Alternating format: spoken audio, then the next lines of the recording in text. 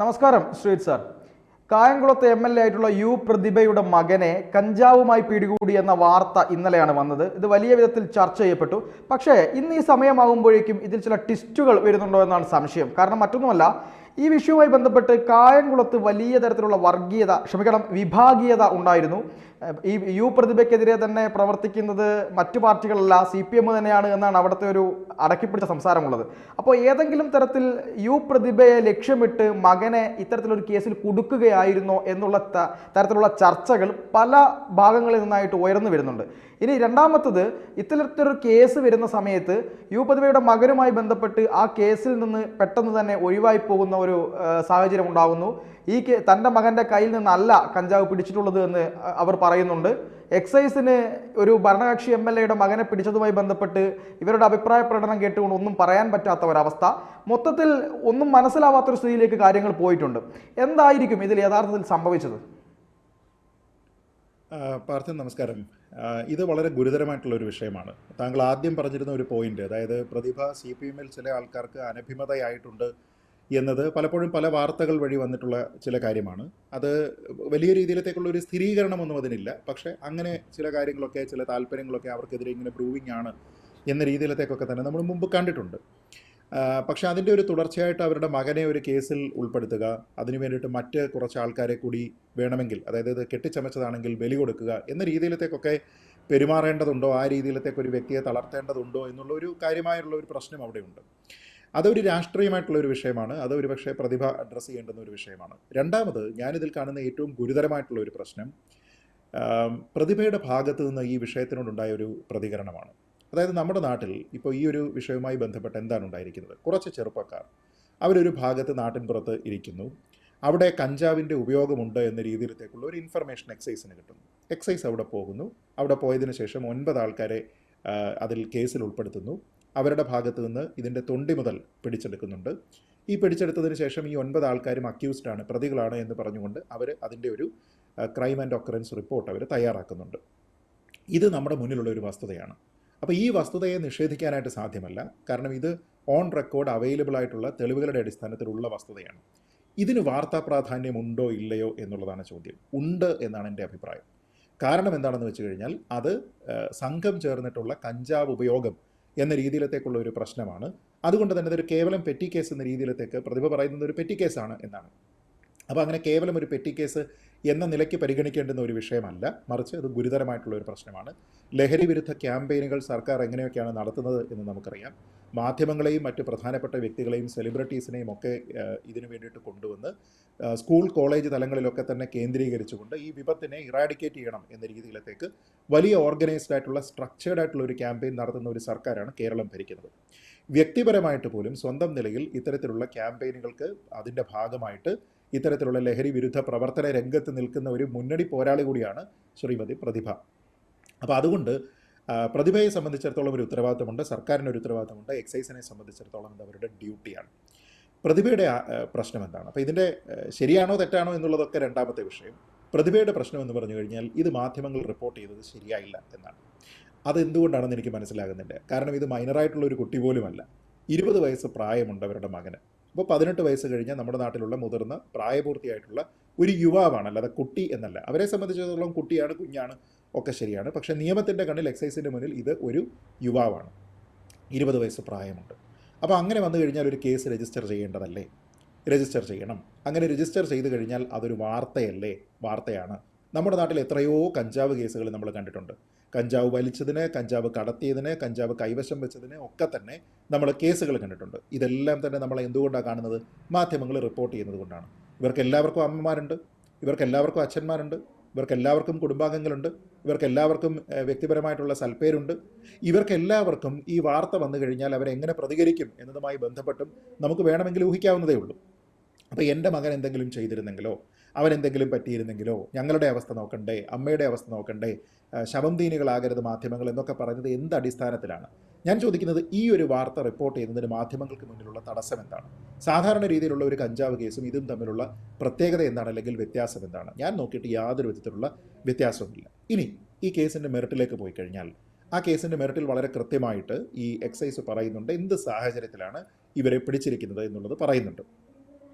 ഈ 9 ആൾക്കാരും അവിടെ ഇരുന്നതിന് ശേഷം എന്തിന് വിരുദ്ധമായി പ്രവർത്തിക്കുന്നു? അവർ പറയുന്നത് NDPS നിയമത്തിന് വിരുദ്ധമായിട്ട് പ്രവർത്തിക്കുന്നു. അപ്പോൾ നാർക്കോട്ടിക്സ് ഡ്രഗ്സ്, പിന്നെ സൈക്കോട്രോപിക് സബ്സ്റ്റൻസ് ആക്ട് ഉണ്ട്, 1985 ആക്ട്. ആ ആക്ടിന് വിരുദ്ധമായിട്ടുള്ള പ്രവൃത്തി അവരുടെ ഭാഗത്തു നിന്ന് ഉണ്ടായിരുന്നു. അത് നിയമം ലംഘിച്ച കുറ്റത്തിന്. അപ്പോൾ അതിൽ 9ാമത്തെ പ്രതിയാണ് പ്രതിഭയുടെ മകൻ. എക്സൈസ് സർക്കിൾ ഇൻസ്പെക്ടറും സംഘവും ചേർന്ന് 8ാം കോളത്തിലെ തൊണ്ടി സഹിതം പിടിച്ച് കേസാക്കി എന്നാണ്. അപ്പോൾ തൊണ്ടിയും ഇവരുടെ ഭാഗത്തു നിന്ന് കിട്ടിയിട്ടുണ്ട്. എന്താണ് തൊണ്ടി? 1 ഗഞ്ച 3 ഗ്രാം കഞ്ചാവ്, ഗഞ്ചാവ് കലർന്ന പുകയില മിശ്രിതം 500 മില്ലിഗ്രാം. അപ്പോൾ ഇത് പുകയിലയുടെ മിശ്രിതത്തിൽ ചേർത്തിട്ട് കഞ്ചാവിനെ കൊണ്ടുവന്നിട്ടുണ്ട്. അത് 500 മില്ലി ഉണ്ട്. പള്ളഭാഗത്ത് ദ്വാരമുള്ള 200 മില്ലി പ്ലാസ്റ്റിക് കുപ്പിയും പച്ച പപ്പായത്തണ്ട് 4 ഇഞ്ച് നീളത്തിൽ ഒരെണ്ണം. ഇത്രയും അവരുടെ ഭാഗത്ത് നിന്ന് പിടിച്ചെടുത്തിട്ടുമുണ്ട്. അപ്പോൾ ഇത് പിടിച്ചെടുത്തിരിക്കുന്നപ്പം പ്രതിഭ പറയുന്നത് എന്താണ്? ഇന്നലെ പറഞ്ഞത് അവിടെ എക്സൈസ് കുറച്ച് പയ്യന്മാരെയൊക്കെ തന്നെ ചോദ്യം ചെയ്തു, അതിൻ്റെ ഭാഗമായിട്ട് ചോദ്യം ചെയ്തതേ ഉള്ളൂ എന്നാണ് പറഞ്ഞത്. ഇന്ന് പ്രതിഭ ഒരു വീഡിയോയിൽ പറയുന്നത് അവൻ വലിച്ചിട്ടുണ്ട് എന്നാണ്, അവൻ സ്മോക്ക് ചെയ്തിട്ടുണ്ടാവാം എന്നാണ് പറയുന്നത്. സ്മോക്ക് ചെയ്യുന്നത് പ്രായപൂർത്തിയായിട്ടുള്ള ഒരു യുവാവിനെ സംബന്ധിച്ചിടത്തോളം സ്മോക്ക് ചെയ്യുന്നത് പ്രശ്നമല്ല. കഞ്ചാവ് വലിച്ചിട്ടുണ്ടോ ഇല്ലയോ എന്നുള്ളത് മാത്രമാണ് രണ്ടാമത്തെ പ്രശ്നം. സ്മോക്ക് ചെയ്തിട്ടുണ്ട് എന്നാണ് അവർ പറയുന്നത്. പക്ഷേ അവരുടെ മകൻ്റെ കയ്യിൽ ഇത് ഉണ്ടായിരുന്നില്ല എന്ന് പറയുന്നുണ്ട്. ഇതിപ്പം ഒരാളിൻ്റെ കയ്യിൽ നിന്ന് ഇത് പിടിച്ചെടുത്തോ ഇല്ലയോ എന്നുള്ളതല്ല. നിയമം എങ്ങനെയാണ് പ്രവർത്തിക്കുന്നത്? 9 പേര് ചേർന്നിരുന്നിട്ട് ഇത് ഉപയോഗിച്ചിട്ടുണ്ടെങ്കിൽ, അവരുടെ ഭാഗത്ത് റെയ്ഡ് ചെയ്തിട്ട് ഇത് പിടിച്ചിട്ടുണ്ടെങ്കിൽ, ഈ 9 പേരൊരു സംഘമായിരുന്നുവെങ്കിൽ ഒരാളിൻ്റെ കയ്യിൽ നിന്ന് കിട്ടിയാൽ മതി. ഇവരെന്തിനാണ് അവിടെ സംഘം ചേർന്നത്? ഇവരിത് കൂട്ടായിട്ട് ഉപയോഗിക്കുകയായിരുന്നോ എന്നുള്ള കാര്യമുണ്ട്. ഇപ്പോൾ ഈ 3 ഗ്രാം കഞ്ചാവ് എന്ന് പറയുന്നത് ഈ 9 പേരുടെയും കയ്യിൽ ഉണ്ടാകണം എന്ന് നിർബന്ധമില്ല. അങ്ങനെയല്ല നിയമം പ്രവർത്തിക്കുന്നത്. അപ്പോൾ അങ്ങനെയാണെങ്കിൽ 10 പേര് ചേർന്നിട്ട് സ്വർണം മോഷ്ടിച്ചതിന് ശേഷം ഒരാളിൻ്റെ കയ്യിൽ നിന്നാണ് കിട്ടിയിരിക്കുന്നതെങ്കിൽ ബാക്കി 9 പേരെ വെറുതെ വിടാമല്ലോ. അങ്ങനെയല്ല നിയമം പ്രവർത്തിക്കുന്നത്. നിയമം പ്രവർത്തിക്കുന്നത് ആ സംഘത്തിൻ്റെ കയ്യിൽ നിന്ന് കിട്ടിയിട്ടുണ്ടോ എന്നാണ്. അപ്പോൾ ഇവരുടെ ഈ ഇൻഫർമേഷൻ റിപ്പോർട്ടിൽ പറയുന്നത് തന്നെ ഈ സംഘത്തിൻ്റെ കയ്യിൽ നിന്ന് ഇന്ന കാര്യങ്ങളുള്ള തൊണ്ടി മുതൽ പിടിച്ചെടുത്തിട്ടുണ്ട്. ഇനി വകുപ്പുകൾ പറയുന്നുണ്ട്. നമ്മൾ ഈ പറഞ്ഞിരിക്കുന്ന NDPS ആക്ടിലെ സെക്ഷൻ 20B(2)(a), 27B, ഈ 2 വകുപ്പുകൾ പറയുന്നുണ്ട്. ഇതിൽ ആദ്യത്തേത് 1 വർഷം വരെ തടവ് ശിക്ഷ കിട്ടാവുന്നതാണ്.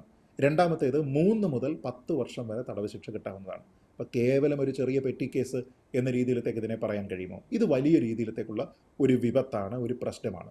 അത് മാധ്യമങ്ങൾ റിപ്പോർട്ട് ചെയ്യുന്ന സമയത്ത് നിങ്ങൾ കുപ്പിയും കോഴിക്കാലും കെട്ടിക്കഴിഞ്ഞാൽ എന്നും ചെയ്യുന്ന ആൾക്കാരാണ്.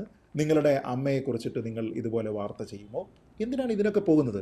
നിങ്ങൾ ശവം തീനികളാണ്, നിങ്ങൾ പണ്ട് മുതലേ ഇങ്ങനെയാണ്, ചില മാധ്യമ സ്ഥാപനങ്ങൾ ഒരു പ്രത്യേക രീതിയിലുള്ള അടിസ്ഥാനത്തിൽ പ്രവർത്തിക്കുന്നത്. എന്തിനാണ് ഇങ്ങനെയൊക്കെ പറയുന്നത്? നിങ്ങൾക്ക് മീഡിയ വണ്ണിനെതിരെ ആക്ഷേപം ഉണ്ടായിരിക്കാം, നിങ്ങൾക്ക് 24 ന്യൂസിനെതിരെ ആക്ഷേപം ഉണ്ടായിരിക്കാം, നിങ്ങൾക്ക് ഏഷ്യാനെറ്റ് ന്യൂസിനെതിരെ ആക്ഷേപം ഉണ്ടായിരിക്കാം.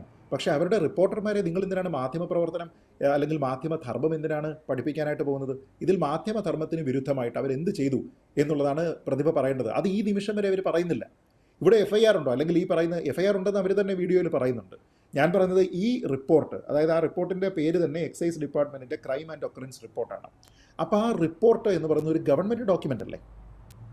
ഗവൺമെൻറ്റിൻ്റെ ഒരു സംവിധാനം തയ്യാറാക്കിയിരിക്കുന്ന ഗവൺമെൻറ് ഡോക്യുമെൻറ്റിൽ പ്രതിഭയുടെ മകനെ 9ാം പ്രതിയായി ചേർത്തുകൊണ്ട് അതിൽ അവരുടെ ഭാഗത്ത് നിന്ന് കണ്ടുപിടിച്ചിരിക്കുന്ന കാര്യങ്ങൾ എന്തൊക്കെയാണ്, വകുപ്പുകൾ ഏതൊക്കെയാണ്, ഏത് നിയമത്തിന് വിരുദ്ധമായിട്ടാണ് അവർ പ്രവർത്തിച്ചത് എന്ന കാര്യത്തിനെപ്പറ്റി കൃത്യമായി പറയുമ്പോൾ അത് മാധ്യമങ്ങൾ റിപ്പോർട്ട് ചെയ്യുമ്പോൾ അതിൽ എന്ത് മാധ്യമധർമ്മ വിരുദ്ധതയാണ് അവിടെ വരുന്നത് എന്നെനിക്ക് മനസ്സിലാകുന്നില്ല. അവരുടെ മകൻ്റെ ഭാഗത്ത് ന്യായമുണ്ടെങ്കിൽ, അവൻ കുറ്റക്കാരനല്ല എങ്കിൽ ശരി, അതിന് ലീഗലായിട്ട് അവർക്ക് ഫൈറ്റ് ചെയ്യാം. പക്ഷേ അപ്പോൾ അവർ ഫൈറ്റ് ചെയ്തിട്ട് അത് തെളിയിച്ചാൽ പോലും മാധ്യമങ്ങളാണോ കുറ്റക്കാർ? അല്ല. തെറ്റായ ഇൻഫർമേഷൻ്റെ പുറത്ത് എക്സൈസ് തെറ്റായി കുറ്റം ചുമത്തി എന്നേ പറയാൻ പറ്റുള്ളൂ. അല്ലാതെ നാളെ ഒരു കാലത്ത് മകൻ നിരപരാധിയാണ് എന്ന് തെളിയിച്ചു കഴിഞ്ഞാൽ പോലും അതിൻ്റെ പേരിൽ മാധ്യമങ്ങളെ വെല്ലുവിളിക്കാനായിട്ട് പ്രതിഭയ്ക്ക് കഴിയുമോ? കഴിയില്ല. കാരണം മാധ്യമങ്ങൾ റിപ്പോർട്ട് ചെയ്തിരിക്കുന്നത് സർക്കാർ സംവിധാനത്തിൻ്റെ ഭാഗമായിട്ടുള്ള ഔദ്യോഗിക രേഖയുടെ അടിസ്ഥാനത്തിലാണ്. അപ്പോൾ നാളെ അത് തെറ്റാണ് ഇൻഫർമേഷൻ എന്ന് വന്നു കഴിഞ്ഞാൽ ഏഷ്യാനെറ്റ് ന്യൂസോ 24 ന്യൂസോ മീഡിയ വണ്ണോ അല്ല ആ വാർത്ത തെറ്റായിട്ട് അവിടെ റിപ്പോർട്ട് ചെയ്തത്, മറിച്ച് എക്സൈസ് ആണ് എന്ന് വരും. അപ്പോൾ അതുകൊണ്ട് ഒരു തരത്തിലും അവരുടെ മാധ്യമ വിമർശനം എന്ന് പറയുന്നത് ജസ്റ്റിഫൈഡേ അല്ല എന്നാണ് ഞാൻ കരുതുന്നത്. ഇവിടെ ചെയ്യേണ്ടിയിരിക്കുന്ന കാര്യം എന്താണ്? ലീഗലായിട്ടുള്ള കാര്യത്തിൽ എന്താണെന്ന് വെച്ച് കഴിഞ്ഞാൽ പോവുക. അല്ലാതെ അവിടെ അമ്മ എന്ന സെൻറ്റിമെൻറ്റ്സോ ജനപ്രതിനിധി എന്ന സെൻറ്റിമെൻറ്റ്സോ ഞാൻ ലഹരി വിരുദ്ധ ക്യാമ്പയിൻ നയിക്കുന്നയാളാണ് എന്നുള്ള സെൻറ്റിമെൻറ്റ്സോ എൻ്റെ മകനെ ഞാൻ തന്നെ പറഞ്ഞ് നല്ല വഴിക്ക് നടത്തും എന്ന രീതിയിലേക്കുള്ള സെൻറ്റിമെൻറ്റ്സോ ഒന്നും ഇവിടെ വർക്കാവില്ല. കാരണം നമ്മൾ ഈ പറയുന്നത് അങ്ങനെ അമ്മയുടെ ഗാർഡിയൻഷിപ്പിൽ വളരേണ്ടുന്ന ഒരു മൈനർ കുട്ടിയുടെ കാര്യമല്ല. 18 വയസ്സിന് മുകളിൽ പ്രായമുള്ള 20 വയസ്സ് പൂർത്തിയായിട്ടുള്ള ഒരു യുവാവിനെ കുറിച്ചാണ്. നമ്മുടെ നാട്ടിലെ നിയമത്തിന് മുന്നിലുള്ള ഒരു പൗരനാണ്. ആ പൗരനെക്കുറിച്ചാണ്. ആ പൗരന് കൈവശം ഇത് വെച്ചു അല്ലെങ്കിൽ സംഘമായി ഇത് കൈവശം വെച്ചു എന്നൊക്കെ രീതിയിലത്തേക്കുള്ള കേസുണ്ടെങ്കിൽ ഏത് വകുപ്പാണെന്നൊക്കെയാണ് ഇന്ന് ചോദിക്കുന്നത്. ഈ വകുപ്പുകൾ ഇപ്പോൾ ഞാൻ വായിച്ചല്ലോ, ഈ വായിച്ചിരിക്കുന്നത് അവരുടെ ക്രൈം ആൻഡ് അക്രൻസ് റിപ്പോർട്ടിൽ അവർ എഴുതിയിരിക്കുന്നതാണ്. അതിന് വിരുദ്ധമായി പ്രവർത്തിച്ചു അവരുടെ കയ്യിൽ നിന്ന് എന്ത് കണ്ടെടുത്തു എന്ന് പറയുന്നുണ്ട്. ആ സംഘത്തിൻ്റെ കയ്യിൽ നിന്നാണ്. അപ്പോൾ അതിനൊരു കൂട്ടുത്തരവാദിത്വമുണ്ട്. ആ ഉത്തരവാദിത്വത്തിൽ നിന്ന് പുറത്തു വരണമെങ്കിൽ അത് ലീഗൽ ബാറ്റിൽ നടത്തിയതിന് ശേഷം അത് ചെയ്യുക, കോടതിയിൽ അത് തെളിയിക്കുക എന്നതിന് അപ്പുറത്തേക്ക് അനാവശ്യമായിട്ട് എന്നെ വിക്ടിം ഷെയ്മിങ് ചെയ്യുന്നു എന്ന രീതിയിലത്തേക്ക് പറയുന്നത് തെറ്റാണ്. ഞാൻ MLA ആയതുകൊണ്ട് ഇത് വാർത്താ പ്രാധാന്യം, മറ്റ് 8 ആൾക്കാരുണ്ടല്ലോ അവരുടെ മാതാപിതാക്കളെക്കുറിച്ച് നിങ്ങൾ വാർത്ത ചെയ്യുന്നില്ലല്ലോ എന്ന് ചോദിച്ചു കഴിഞ്ഞാൽ അവരൊരു പക്ഷേ സമൂഹത്തിൽ അത്ര അറിയപ്പെടുന്ന ആൾക്കാരാവില്ല. ഒരു ജനപ്രതിനിധിയുടെ ഭാര്യയാണ്, മകളാണ്, മകനാണ്, ഭർത്താവാണ്, അച്ഛനാണ്, അമ്മയാണ് എന്നൊക്കെ പറഞ്ഞു കഴിഞ്ഞാൽ അത് വാർത്തയാകും. അതൊന്നും അറിയാത്ത ആൾക്കാരാണോ നമ്മുടെ നാട്ടിലുള്ളത്? അപ്പോൾ ഇത് മിസ്ഡയറക്റ്റഡ് ആയിട്ടുള്ള തെറ്റായിട്ടുള്ള ഒരു വിക്ടിം കാർഡാണ് ഇവിടെ ഇറക്കുന്നത് എന്ന് പറയാതിരിക്കാൻ കഴിയില്ല. മറിച്ച് നിയമപരമായിട്ട് അവരുടെ ഭാഗത്താണ് സത്യമെങ്കിൽ അവർ തെളിയിക്കട്ടെ. എക്സൈസ് എന്തായാലും ആ കാര്യം പുറത്ത് കൊണ്ടുവന്നിരിക്കുന്നു. ഇനി അത് മാധ്യമങ്ങൾ പുറത്ത് കൊണ്ടുവന്നിരിക്കുന്നു. ഞാനിവിടെ ചെയ്യുന്നത് മാധ്യമങ്ങളെ അഭിനന്ദിക്കുകയാണ്. കാരണം ഇത് ഒരു ജനപ്രതിനിധിയുടെ ബന്ധുവാണ്, മകനാണ് എന്ന രീതിയിലത്തേക്കുള്ള യാതൊരു വിധത്തിലുള്ള പ്രിവിലേജും നൽകാതെ ആ രീതിയിൽ തന്നെ ആ വാർത്ത റിപ്പോർട്ട് ചെയ്തിരിക്കുന്നു. ഒരു അഡൽട്ടിനെ കുറിച്ചാണ് ആ വാർത്ത.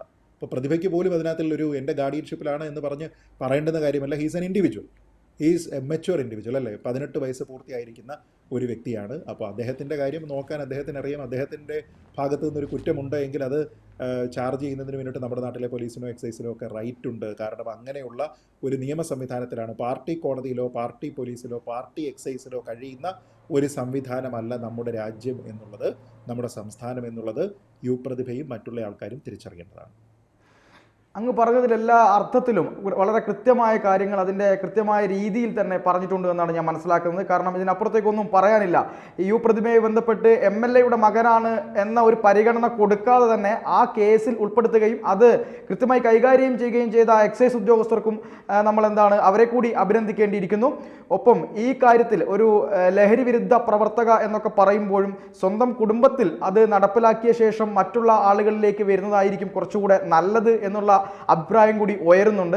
എന്തായാലും പ്രതിഭ പോലുള്ള ഒരു ജനപ്രതിനിധി അതുകൂടി ശ്രദ്ധിക്കണം എന്നുള്ള രീതിയിലാണ് അഭിപ്രായങ്ങളൊക്കെ വരുന്നത്.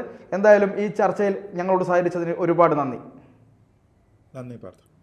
കൂടുതൽ വാർത്തകളും വിശേഷങ്ങളും നിങ്ങളിലേക്ക് എത്താൻ ABC മലയാളം സബ്സ്ക്രൈബ് ചെയ്യുക, ബെൽ ബട്ടണും അമർത്തുക.